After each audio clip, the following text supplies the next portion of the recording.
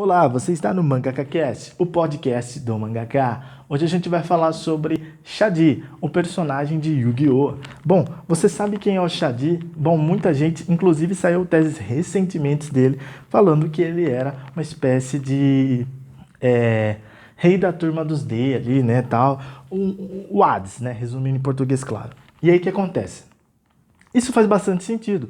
Se você for olhar o Shadi e trocar o S de último para primeiro no nome dele, se você trocar o S ali, tirar do final e colocar na primeira parte, da Hades, então assim, Shadi Hades, só trocar o S de lugar.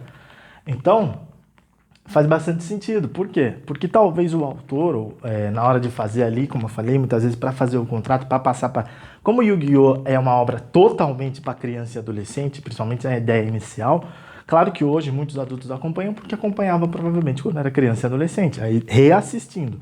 Assistir pela primeira vez e ser fã assim hoje, eu acho que é bem pouco provável, né? Mas enfim, o ponto principal ali é que o que acontece? Por que eu cheguei à conclusão que o Shadi é o Hades além do nome?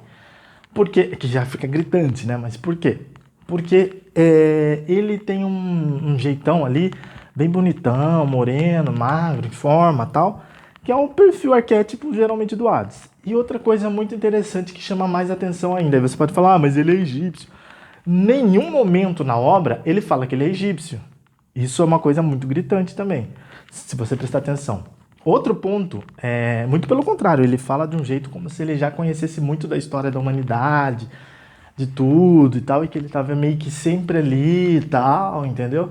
Isso dá para perceber muito nítido também se você prestar atenção nas falas dele. Outro ponto que chama atenção, ele desaparece e aparece a hora que ele quer. Outro ponto que chama atenção é que a chave do pescoço dele, a famosa chave do controle mental, que basicamente ele é o detentor, em praticamente todas as histórias você vai chegar a essa conclusão, isso não teria lógica ele ter essa chave. Então por que ele tem essa chave? Né? E por que ele conhece tanto de tudo e tal? Então não teria muita lógica, só um cara assim para... mas ainda assim, por incrível que pareça, não comprovaria isso. O que comprova isso, você vai juntando, né? O que comprova isso, 100% basicamente, é o olho. Se você prestar atenção, o olho do Shadi é igualzinho o olho do Hades nas outras obras, principalmente em Cavaleiros do Zodíaco. Então, se você pegar e... Por que ele tem esse olho que é tipo o olho de deuses, né, tal, das obras tal? Isso não teria lógica o autor de Yu-Gi-Oh! Copiar algum outro autor, sendo que não tem ordem cronológica parecida. Então, só dá para copiar alguém se a pessoa já lançou antes de você, né? Então, se não tem uma ordem cronológica, você não copiou a pessoa. Então, ali, o que acontece? Tudo bem, você pode falar assim, em alguns lugares Cavaleiros do Zodíaco fez sucesso antes e tal, mas aí é interpretativo. Quando é lançado meio que na mesma época, pode até, óbvio, ter uma cópia assim e tal, mas é pouco provável. E o ponto é o seguinte, a não ser que tenha uma distância cronológica, aquilo que eu falei.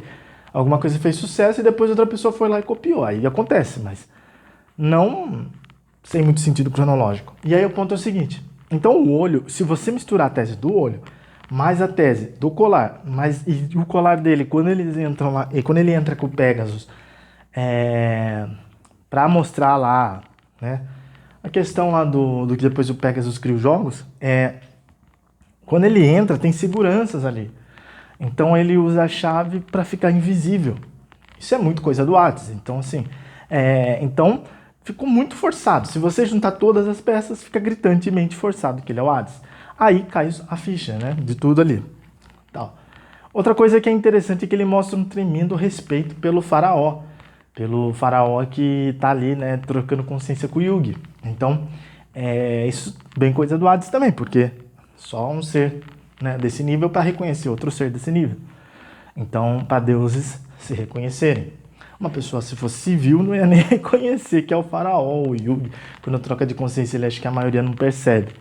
Então, assim, acho que nem assistindo a maioria percebe, sinceramente. Então, isso só é uma coisa de alguém que conhece o próprio faraó. Não tem muita lógica o cara fazer reverência para um ser que ele não conhece ou que ele não conhece a história. Tanto que ele elogia ali no quarto, no campeonato do Kaiba ali, ele elogia tal, o faraó tal. Então, veja que não tem uma questão assim, e não é uma questão que ele fala assim, como se ele morasse tal no Egito e dependesse do faraó. Não, ele aparece ali, tanto que ele aparece para salvar Aqui entra o outro lance que me chamou a atenção, que ele pode ser o Hades, provavelmente. Porque quando ele salva o Tristan e o Duque, na hora que eles ali saem da mão, ali, caem né, caem ali e tal, e quase morrem, o que acontece? O Hades aparece para salvar eles e puxa eles, e depois desaparece. Esse não protagonismo, tipo, não querer ser protagonista e tal, também é muito coisa do Hades. Então, outro ponto. Mas aqui entra um ponto mais importante ainda. Por que ele salvaria o Tristan e o Duque? Tipo assim, em tese. Agora vai entrar a minha teoria. Porque o Duque, se você pegar Duque, o nome do Duque, Duque Devil, é que dá uma analogia nítida a Duque né, do Turma do Rei dos D. Ou seja, então seria mais ou menos o Hades, em português, claro. E o Duque, ele tem um perfil bem parecido também esteticamente com o Hades, né? Praticamente idêntico. Outro ponto que eu queria tocar, que é muito gritante também, do motivo dele ter salvado os dois ali, é a questão do Tristan. Tristan, para quem não sabe, é o nome do neto do Hades. Então,